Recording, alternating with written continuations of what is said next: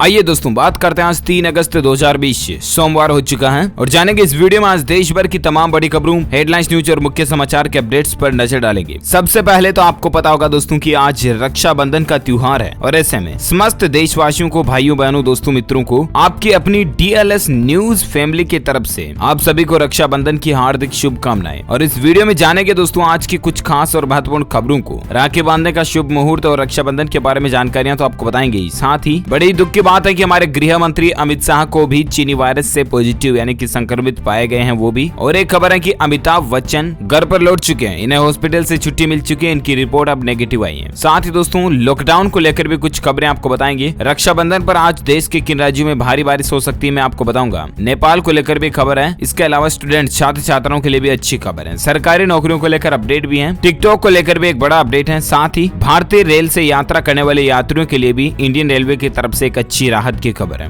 एक एक करके आज की तमाम 50 बड़ी खबरों को जानेंगे इस वीडियो में। बहुत ही महत्वपूर्ण और काम की खबरें हैं, बिल्कुल बने रहेगा मेरे साथ इस वीडियो में, एकदम पूरा लास्ट तक जरूर देखिएगा। तो जैसा कि मैं आपको बता रहा था दोस्तों कि आज रक्षाबंधन का पर्व है, राइट। और ऐसे में रक्षाबंधन पर इस बार चीनी वायरस की महामारी जो चल रही है ना, इसके चलते मिठाई उद्योग को तकरीबन 5,000 करोड़ रुपए की चपत लगने का अनुमान लगाया जा रहा है, क्योंकि वायरस की वजह से बहुत से लोग ये भी सोचते हैं कि बाहर की मिठाइयां नहीं खानी वगैरह वगैरह। तो ये देखिए दोस्तों काम धंधों पर इस वायरस का कितना असर पड़ा है। अच्छा, वैसे आज रक्षाबंधन के ऊपर चतुर्योग संयोग बन रहा है, जिससे शिव शंकर भोलेनाथ की कृपा बरसेगी। राखी बांधने का सही समय क्या है, शुभ मुहूर्त क्या है, तो मैं आपको बताऊंगा इस वीडियो में फटाफट से। रक्षाबंधन पर राखी बंधवाने के लिए ये समय बेहद अशुभ है। इसके बाद शुभ समय है। तो एक ऐसा समय जिस पर आपको राखी नहीं बांधनी है, वो समय कौन सा है? तो दरअसल दोस्तों सुबह 9:28 से पहले आपको राखी नहीं बांधनी है। उसके बाद सारे संयोग शुभ मिल रहे हैं। बाकी 9 बजे से पहले 9:30 से पहले आप राखी ना बांधे। 9:30 के बाद 2 मुहूर्त आते हैं। एक तो सुबह का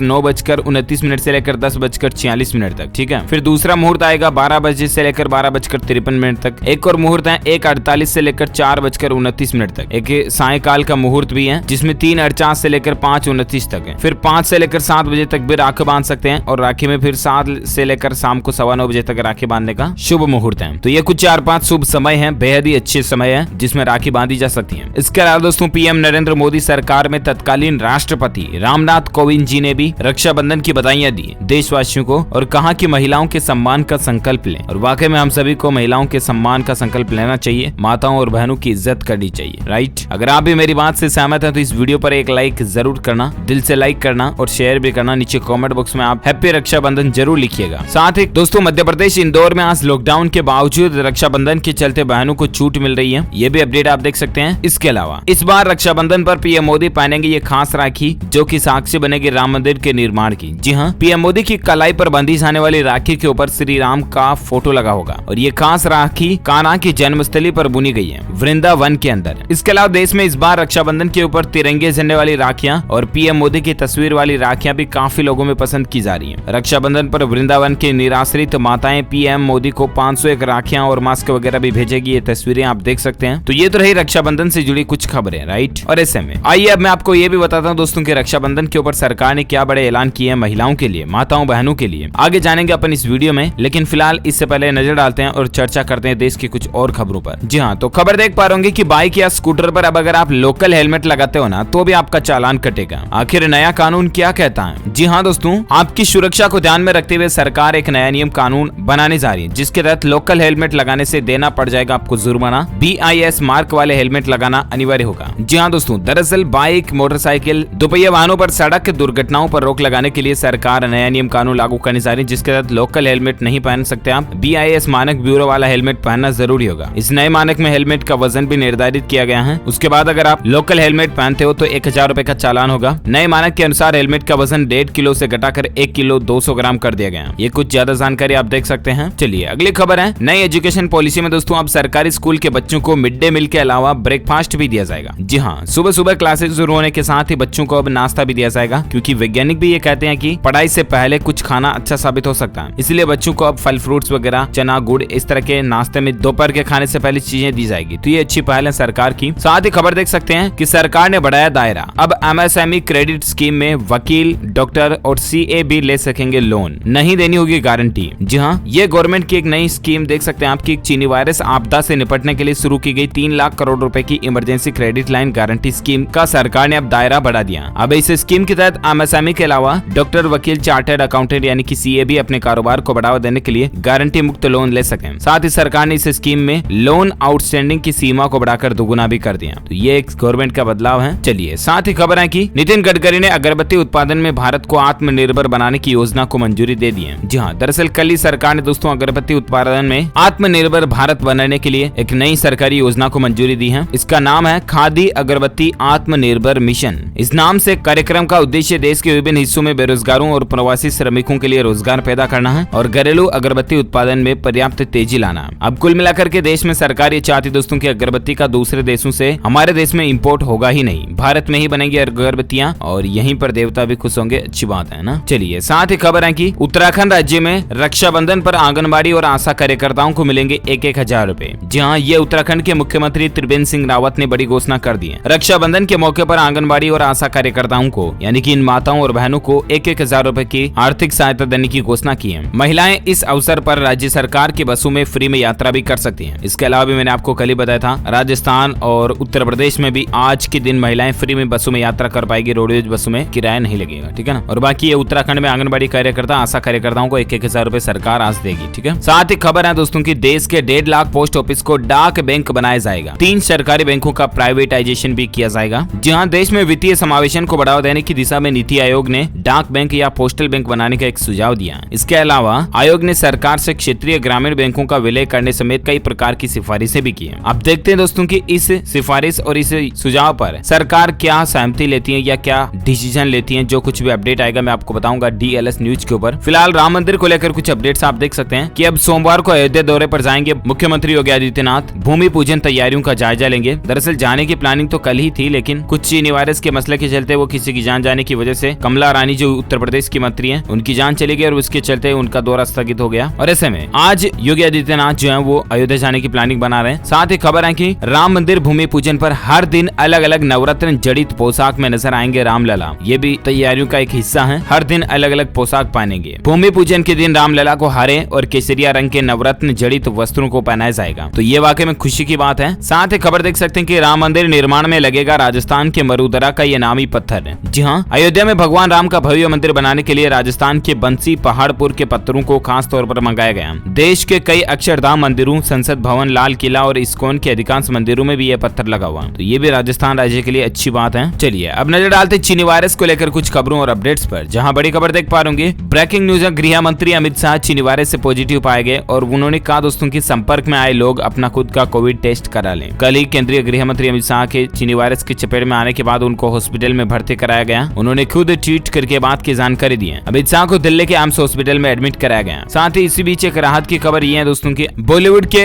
बादशाह शहंशाह कहे जाने वाले अमिताभ बच्चन, अब उनकी रिपोर्ट चीनी वायरस की जो वो नेगेटिव आई है, उनको नानावटी अस्पताल से छुट्टी मिल चुकी है। वे घर जा चुके हैं। उनका कहना है कि लोगों की दुआओं से और उनके गुरुजनों के आशीर्वाद के चलते वो ठीक हो पाए, माता पिता के ब्लेसिंग की वजह से। हालांकि अमिताभ बच्चन को तो छुट्टी मिल चुकी है, घर जा चुके हैं, लेकिन अमिताभ बच्चन के बाद अभिषेक बच्चन अभी भी हॉस्पिटल में भर्ती हैं। हालांकि इससे पहले ऐश्वर्या राय और आराध्या ऑलरेडी छुट्टी हो चुकी थी, उनको आपको पता होगा। अच्छा, इसके अलावा और एक अपडेट ये दोस्तों की चीनी वायरस की वैक्सीन पर एक अच्छी खबर है। अक्टूबर से शुरू होगा टीकाकरण अभियान। इन लोगों को मिलेगा पहले। जी हाँ दोस्तों, ये टीकाकरण अभियान जो है ना, ये रूस में शुरू होने जा रहा। दरअसल रूस के स्वास्थ्य मंत्री मिखाइल मुरास्को ने ऐलान किया कि रूस में इस साल अक्टूबर से बड़े पैमाने पर चीनी वायरस की वैक्सीन का लगाने का कार्यक्रम शुरू कर दिया जाएगा, यानी कि टीकाकरण आरंभ कर दिया जाएगा। पहले डॉक्टर और टीचर्स को प्राथमिकता दी जाएगी टीके में। तो ये प्लानिंग चल रही है। इसके अलावा खबर है दोस्तों की असम राज्य में आज से ही अनलॉक की कुछ नई गाइडलाइन लागू होने जा रही है, जिसके तहत आज से जिम, मॉल वगैरह खुलने जा रहे हैं। जिन जगहों पर ये मामले संक्रमण के बढ़ते केस ज्यादा नहीं दिख रहे हैं, वहां पर ओपनिंग होने जा रही है। अच्छा, इसके अलावा वायरस को लेकर और एक अपडेट है कि मध्य प्रदेश के अंदर जबलपुर, शहडोल, इंदौर और ग्वालियर सहित कई सारे शहरों में टोटल लॉकडाउन लग चुका है। अब दोस्तों प्रशासन के अगले आदेश तक यहाँ पर टोटल लॉकडाउन लागू रहेगा। चलिए साथ ही और एक अपडेट है कि अब चीनी वायरस के मरीज अस्पताल में कर सकेंगे स्मार्टफोन का इस्तेमाल। केंद्र सरकार ने आदेश जारी कर दिया। जी हाँ, जो लोग चीनी वायरस से संक्रमित है और हॉस्पिटल में अगर भर्ती हैं, तो दोस्तों उनको अब मोबाइल फोन, स्मार्टफोन, टैबलेट वगैरह इनको इस्तेमाल करने की इजाजत दी जाएगी, ताकि वे अपने परिवार और मित्रों से वीडियो कॉन्फ्रेंसिंग के जरिए बातचीत कर सके। इससे मरीजों को मानसिक तौर पर मदद मिलेगी। ये कहना केंद्र सरकार का और ऐसे आदेश सभी राज्य सरकारों को भी भेज दिए गए हैं। अच्छी बात है। साथ ही और एक खबर देख सकते हैं कि चीनी वायरस से उत्तर प्रदेश सरकार की मंत्री कमल रानी वरुण जी का भी निधन हो गया। मुख्यमंत्री योगी आदित्यनाथ ने इसके चलते अयोध्या दौरा भी कैंसिल कर दिया। और एक अपडेट देख सकते हैं कि घर पहुंचते ही अमिताभ बच्चन ने ट्वीट किया और लिखा कि भगवान की कृपा और माँ बाबूजी के आशीर्वाद के चलते मैं जल्द ठीक हो गया। 76 साल की उम्र में उन्होंने चीनी वायरस को हराया है। ये वाकई में एक प्रेरणा देने वाला दिन है। चलिए साथ ही खबर है दोस्तों की किन घरों में आखिर ज्यादा फैल रहा है चीनी वायरस का संक्रमण। वैज्ञानिकों ने इसको लेकर एक बड़ा खुलासा किया। जी हाँ, दरअसल वैज्ञानिकों की शोध में ये बात का पता चला कि जिन लोगों के घरों में वेंटिलेशन की पर्याप्त सुविधा है, यानी कि खुली हवा, रोशनी आने जाने की जो जिन घरों के अंदर सुविधा है, उन घरों में वायरस के संक्रमण का फैलना कम है। यानी कि सीधा सैंपल ये कि वेंटिलेशन वाले घरों में वायरस का संक्रमण फैलने का खतरा कम होता है, जबकि जो पैक घर है, बंद घर है, जिन घरों में हवा रोशनी आने जाने का रास्ता भी सही पर्याप्त नहीं है, उन घरों में वायरस का संक्रमण फैलने का खतरा काफी ज्यादा बढ़ जाता है। ये भी वैज्ञानिकों के एक नई रिसर्च में पता चला है। साथ ही अब बात करें कि इस वायरस के टोटल संक्रमित मरीज कितने हो चुके हैं, तो देश भर में यह आंकड़ा 18 लाख के पार पहुंच चुका है। अभी भारत में एग्जैक्ट आंकड़ों की अगर बात करें ना दोस्तों, तो पिछले 24 घंटों के दौरान 52-53 तक मामलों में बढ़ोतरी देखी गई और इसके बाद 18,04,000 से ज्यादा टोटल संक्रमित केस हो चुके हैं, जिसमें से 5,78,000 से ज्यादा लोगों का इलाज चल रहा है, जबकि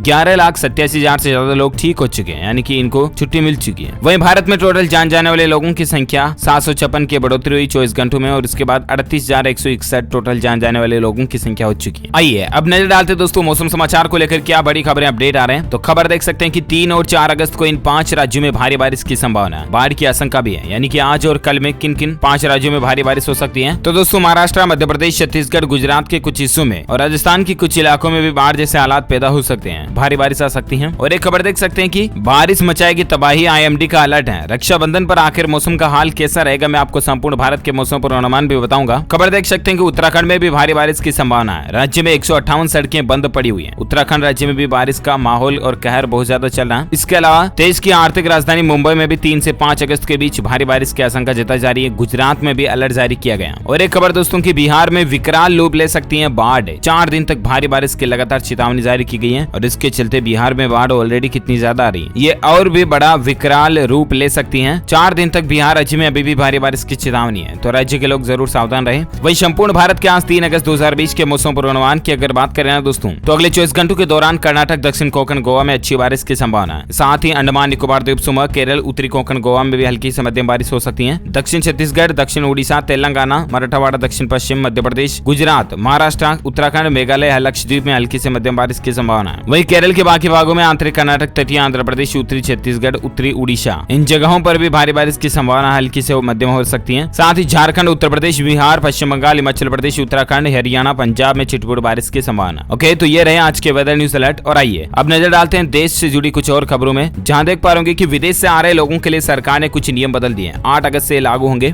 जी हाँ, अब कोई भारतीय लोग अगर विदेश से आएंगे ना, तो सबसे पहले तो उन्हें 72 घंटे पहले भारतीय सरकार को जानकारी देनी पड़ेगी कि हम फला जगह से आ रहे हैं भारत। ठीक है, 72 घंटे पहले नई दिल्ली एयरपोर्ट की वेबसाइट पर स्व घोषणा पत्र भरना होगा। न्यू दिल्ली एयरपोर्ट.in इस वेब पोर्टल पर स्व घोषणा पत्र भरना होगा। साथ ही क्वारंटीन पीरियड में जाने का एक शपथ पत्र भी भरना होगा। 7 दिन संस्थागत और 7 दिन होम क्वारंटीन रहना पड़ेगा। गर्भवती महिलाओं, परिवार में किसी की जान जाने या गंभीर बीमारी या 10 साल से कम आयु के बच्चे होने जैसी स्थिति में 14 दिन क्वारंटीन की अनुमति दी जा सकती है। तो ये कुछ नियम 8 तारीख से लागू होने जा रहे हैं हमारे देश में। ठीक है ना। चलिए साथ ही अगली खबर है, सैमसंग कंपनी ने एक नई सर्विस लॉन्च की है। खरीदने से पहले ही घर पर फोन मंगा पाएंगे। जी हाँ, मोबाइल बनाने वाली कंपनी सैमसंग जो है ना, उसने ग्राहकों के लिए पहली बार नई सुविधा शुरू की है। अब आप अपनी पसंदीदा गैलेक्सी उपकरण को पहले बुक करके ऑनलाइन घर पर मंगा पाओगे। अगर आपको पसंद आता है तो ही आप उसे खरीद पाओगे। या आपके पास सैमसंग एग्जीक्यूटिव आउटलेट से डिलीवर करवा दिया जाएगा, यानी कि एजेड कारों की टेस्ट ड्राइव वगैरह होती है ना, उस तरह से अब सैमसंग कंपनी फोन की भी टेस्ट करने का आपको मौका दे रही है। चलिए साथ ही खबर है दोस्तों की, एप्पल का वेंडर चीन में बंद कर भारत में खोलेगा 6 प्लांट। 55,000 लोगों को इससे रोजगार मिलेगा। जहां एक रिपोर्ट के मुताबिक दुनिया की सबसे महंगी स्मार्टफोन कंपनी एप्पल के एक कॉन्ट्रैक्ट मैन्युफैक्चरर ने चीन के 6 प्रोडक्शन लाइन को भारत में शिफ्ट करने का फैसला किया है। और ये कॉन्ट्रैक्ट मैन्युफैक्चरर भारत में अपना प्रोडक्शन लाइन स्थापित करेंगे, जिसके बाद वह डोमेस्टिक मार्केट डिमांड को पूरा करने के साथ साथ $5 अरब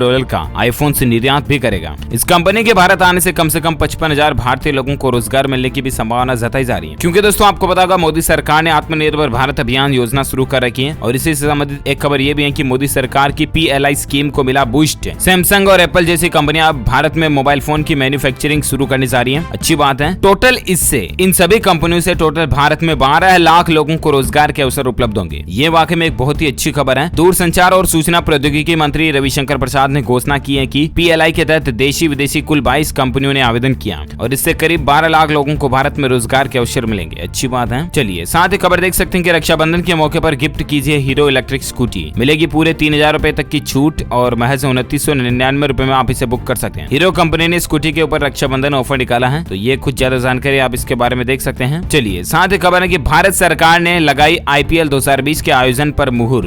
UAE में 10 नवंबर को होगा फाइनल। जहां चीनी वायरस के खौफ के बीच UAE में IPL के आयोजन को लेकर रविवार को IPL गवर्निंग काउंसिल की एक मीटिंग हुई और इस मीटिंग में यह फैसला लिया गया दोस्तों कि IPL का आयोजन 19 सितंबर से लेकर 10 नवंबर के बीच UAE में किया जाएगा। भारत सरकार ने भी BCCI को मंजूरी दे दी है। IPL के इस सीजन में 10 डबल हेडर्स मुकाबले खेले जाएंगे। शाम की बजाय शाम 7:30 बजे मैच शुरू होंगे। फाइनल मैच 10 नवंबर को होगा, तो ये IPL फैंस के लिए और क्रिकेट फैंस के लिए भी अच्छी खबर है। चलिए साथ ही अपडेट देख सकते हैं कि WhatsApp का एक नया फीचर है, अब बड़ी स्क्रीन पर शेयर कर सकेंगे स्क्रीन। जी हाँ, सोशल मीडिया प्लेटफॉर्म WhatsApp ने एक नया फीचर जोड़ दिया। दरअसल Facebook ने हाल ही में आपको पता होगा कि रूम्स फीचर जोड़ा था, अब इस शॉर्टकट फीचर को WhatsApp में भी ऐड कर दिया और आप अपने दोस्तों के साथ स्क्रीन शेयरिंग वगैरह का ये फीचर भी WhatsApp में अब आप इस्तेमाल कर पाओगे। तो ये बहुत जल्द आपको बीटा वर्जन के बाद अपडेट वर्जन में देखने को मिल जाएगा, ठीक है ना। चलिए साथ ही अगला अपडेट है कि CAIT यानी कि केट जो है ना, वो 9 अगस्त को मनाएगा चीन भारत छोड़ो दिवस। रक्षाबंधन पर बीजिंग को 4000 करोड़ का झटका दिया जाएगा। जहां इस साल राखी के त्योहार पर रक्षाबंधन ने चीन को 4000 करोड़ रुपए के राखी के कारोबार को बड़ा झटका देकर इस मिथक को तोड़ दिया है कि भारत में चीनी वस्तुओं का बहिष्कार नहीं हो सकता। चीन की अक्ल ठिकाने आ गई दोस्तों आज,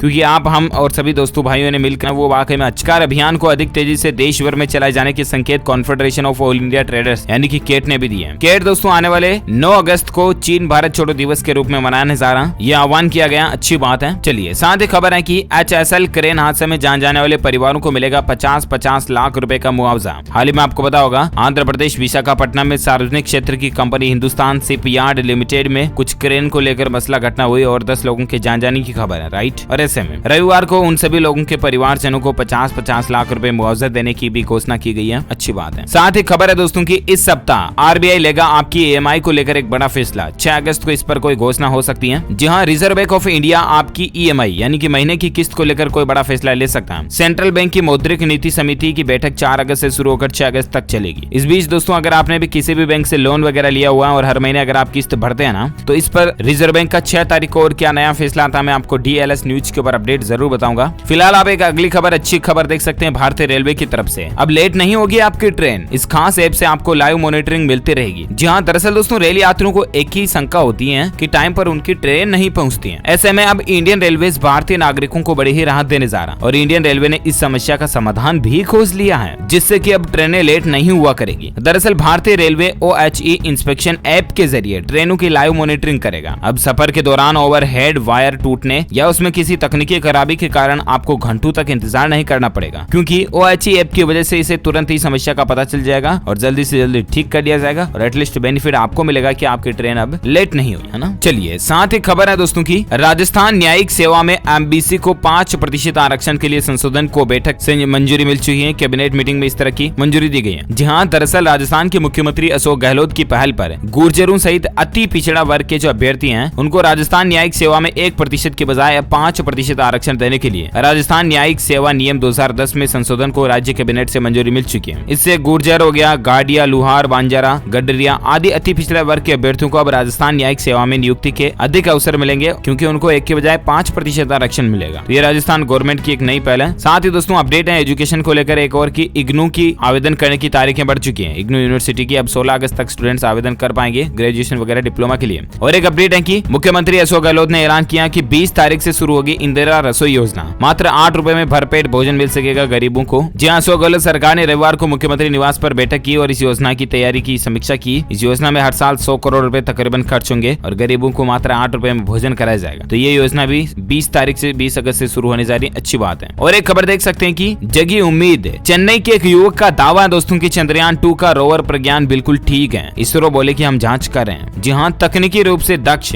शनमुगा सुब्रमण्यम नाम के एक शख्स का कहना दोस्तों की अमेरिकी अंतरिक्ष एजेंसी नासा की ओर से जारी की गई तस्वीरों के विश्लेषण से ये बात का पता चला कि अभी भी हमारा चंद्रयान 2 का रोवर प्रज्ञान जो ना वो बिल्कुल ठीक है। दरअसल आपको पता होगा बीच में चंद्रयान 2 जो आया था वो उसका मसला काफी दिनों तक चला, तो उस पर इसरो का कहना कि अभी भी हमारे वैज्ञानिक जांच कर रहे हैं और देखते हैं, भगवान करे सही सलामत मिल जाए तो अच्छी बात है। साथ ही खबर है दोस्तों की नेपाल सरकार ने इंडियन टीवी चैनल से बैन फिर से हटा दिया है। अब वापस फिर से भारतीय टीवी चैनल्स नेपाल में प्रसारण शुरू हो जाएंगे। बीते 9 जुलाई को नेपाल ने यूं ही होशियारी लगाते हुए बैन लगा दिया था, लेकिन अब वापस हट चुका है। साथ ही खबर है कि चाइनीज ऐप टिकटॉक और माइक्रोसॉफ्ट के बीच चल रही डील पर भी ग्रहण लगा सा नजर आ रहा है, क्योंकि ये डील अब नहीं होती दिख रही है, क्योंकि इस पर फिलहाल बातचीत को भी रोक दिया गया है। डोनाल्ड ट्रंप इस ऐप को बैन करने की लगातार धमकी दे रहे हैं और टिकटॉक सोच रहे हैं कि बैन होने की बजाय तो उन्हीं की कंट्री में जाकर मिल जाए तो ये अच्छा होगा, इसलिए तो माइक्रोसॉफ्ट को बेचने की प्लानिंग चल रही है। देखते हैं और क्या अपडेट आते हैं, मैं आपको बताऊंगा। फिलहाल खबर देख सकते हैं कि मध्य प्रदेश बोर्ड ने जारी किया रुक जाना नहीं योजना के तहत 10वीं और 12वीं की परीक्षाओं का शेड्यूल। जी हाँ, दरअसल वे स्टूडेंट जो कि 1, 2, 3 पेपर में अगर फेल हो चुके हैं 10वीं 12वीं में मध्य प्रदेश में, तो उनको सरकार रुक जाना नहीं योजना के तहत फिर से एग्जाम देने की ऑप्शन देती है, यानी कि छूट देती है। तो अगर आप फिर से एग्जाम वगैरह देना चाहते हैं तो इसके लिए शेड्यूल जारी हो चुका है। कब होंगे ये एग्जाम, कब क्या, तो इसको लेकर जानकारी आप देख सकते हैं। 10वीं के विद्यार्थियों के लिए आवेदन की अंतिम तिथि 28 जुलाई थी और 12वीं के लोगों के लिए, स्टूडेंट्स के लिए जो आवेदन की अंतिम तिथि 5 अगस्त है। 17 अगस्त 2020 से परीक्षाएं आयोजित कराई जाएगी। तो और आप ऑफिशियल वेबसाइट पर जाकर के जानकारी चेक कर लीजिएगा, ठीक है ना। चलिए साथ ही खबर है गवर्नमेंट जॉब्स को लेकर अपडेट देख पा रहे कि कर्नाटक लोक सेवा आयोग ने यानी कि KPSC ने राज्य में विभिन्न विभागों में group C non technical level के कुल 523 पदों को भरने के लिए नोटिफिकेशन जारी किया। अच्छा, इस